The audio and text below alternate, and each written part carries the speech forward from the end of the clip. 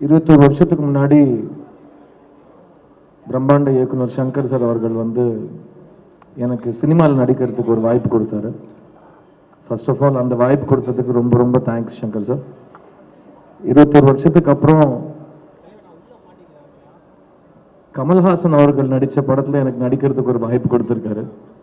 So அந்த ரெண்டாவது வாய்ப்புக்கு இன்னும் கூடுதலாக ஒரு நான் நன்றி சொல்லிக்கிறேன் sir. Thank you so much for every thing Shankar sir. இந்த 21 இயர்ஸ் நீங்கள் போட்ட விதை தான். So thank you so much for believing in me.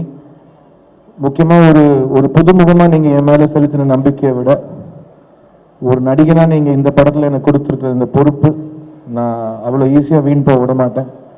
என்னால் முடிஞ்ச அளவுக்கு நான் என்னோடய உழைப்பையும் என்னோடய காதலையும் இந்த படத்தில் சேர்த்துருக்கேன்.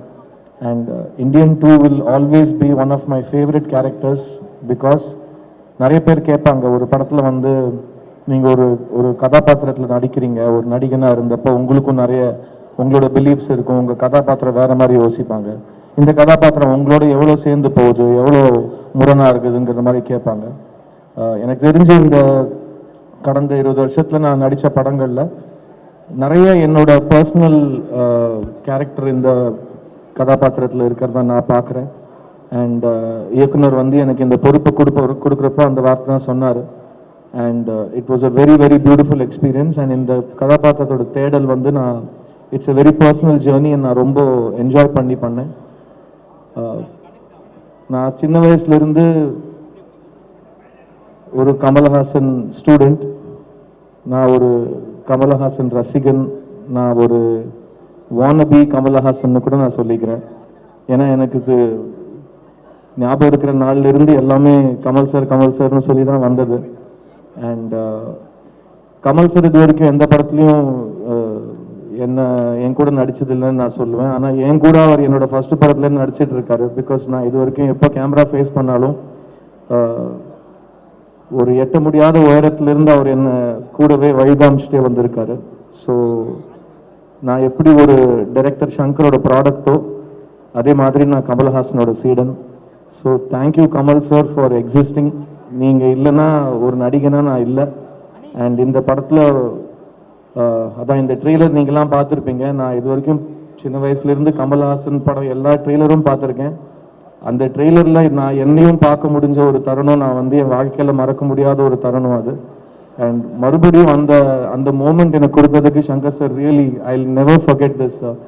அண்ட் பிகாஸ் எனக்கு கமல் சார் அவ்வளோ பிடிக்கும், சங்கர் சாருக்கும் கமல் சார் அவ்வளோ பிடிக்கும். நிறைய நாள் ஷூட்டிங்கில் நான் வந்து வியந்து போய் சங்கர் சார் கிட்ட டைரக்டர் ஸ்டென்ட்டில் போயிட்டு, சார் என் முன்னாடி கமல்ஹாசன் நடிச்சிட்டு இருக்காரு சார்ன்னு சொல்லுவேன். எனக்கு எப்படி இருந்திருக்குன்னு யோசிச்சு பாரியா, போய் நடியா அப்படின்னு சொல்லி அவர் விரட்டி விடுவார் போய் ஷூட்டிங்கில். அண்ட் இந்த மாதிரி பல இன்சிடென்ட்ஸ் இந்த படத்தில் நான் சொல்லிகிட்டே போகலாம். But Indian 2 is a very important ஃபில்முங்க. இந்த காலகட்டத்தில் ஒருத்தன் இருந்தால் எப்படி இருக்குன்னு தெரியுமா, திரும்ப வரணும் அப்படிங்கிற ஒரு காலகட்டத்தில் நிஜமாவே அவன் திரும்ப வந்தால் எப்படி இருக்குமோ அதுதான் இந்தியன் 2.